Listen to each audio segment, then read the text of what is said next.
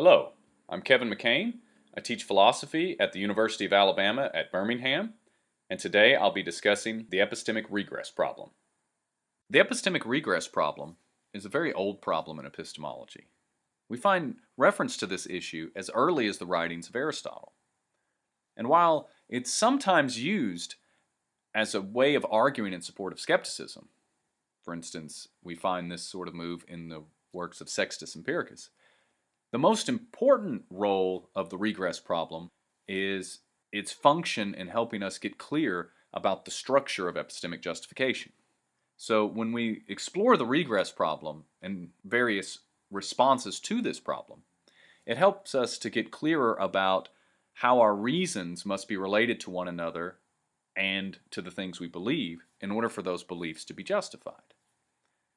Diving into the regress problem, one of the easiest ways to get a handle on it is to consider the sort of questioning that a small child might put forth when discussing things with their parents. For instance, a parent might say, "It's time to leave the playground," to which a child may respond, "Why?" The parent may respond, "Well, we need to get home." "Why?" "So we can get ready for dinner." "Why?" This sort of questioning can go on for a very long time. Often it'll end with the parent saying, "Because I said so," or eventually just distracting the child and getting him or her to think about something else. But what's interesting is that very sort of why questioning, the continuing of asking for reasons, right? Reasons not just in support of the initial claim, but reasons for those reasons. That's what lies at the heart of the regress problem. So take any belief that you have that presumably is a justified belief, so a belief that you have good reason for. Here's a sample one. So assume that you have good reason to believe the president is at the White House. Well, plausibly, someone could ask you, "Why do you think that?" A plausible response might be, "Well, I saw on the news that the president would be at the White House today." Well, why do you trust what you saw on the news?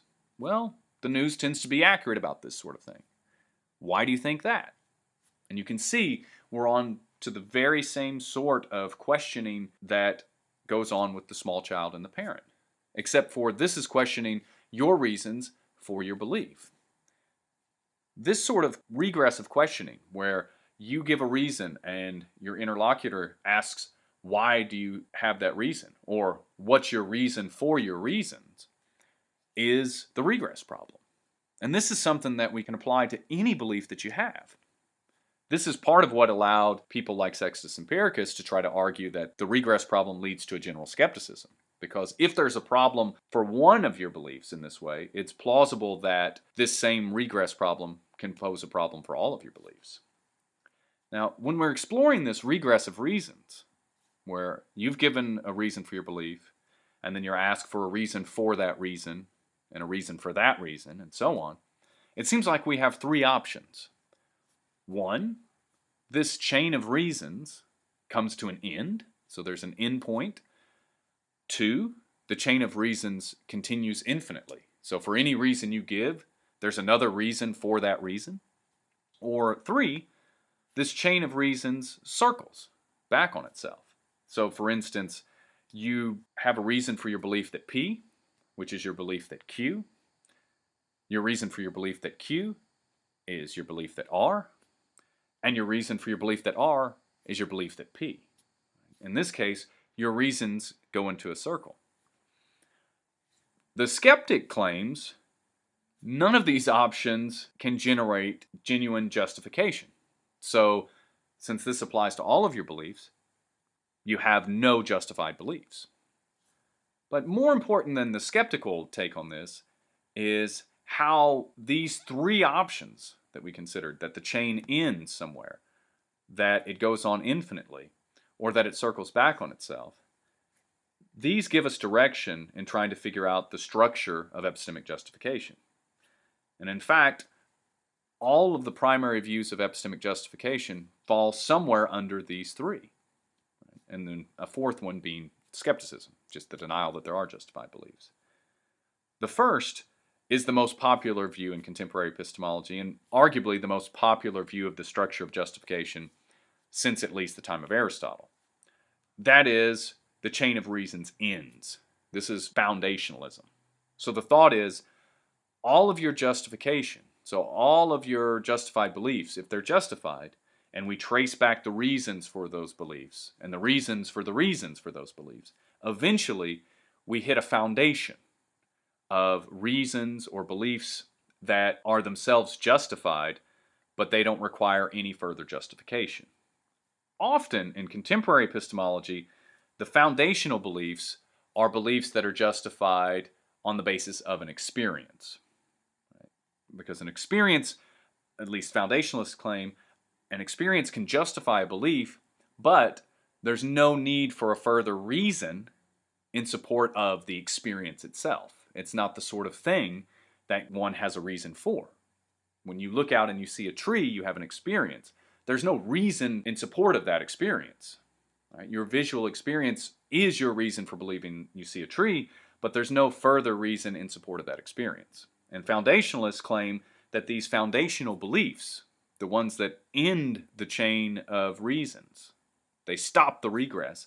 Foundationalists claim those beliefs are justified, and all other beliefs rest on this foundation of justified beliefs. The second response claims that the chain of reasons goes on infinitely. This view has only really come about in very recent times, in the late 20th century and contemporary times.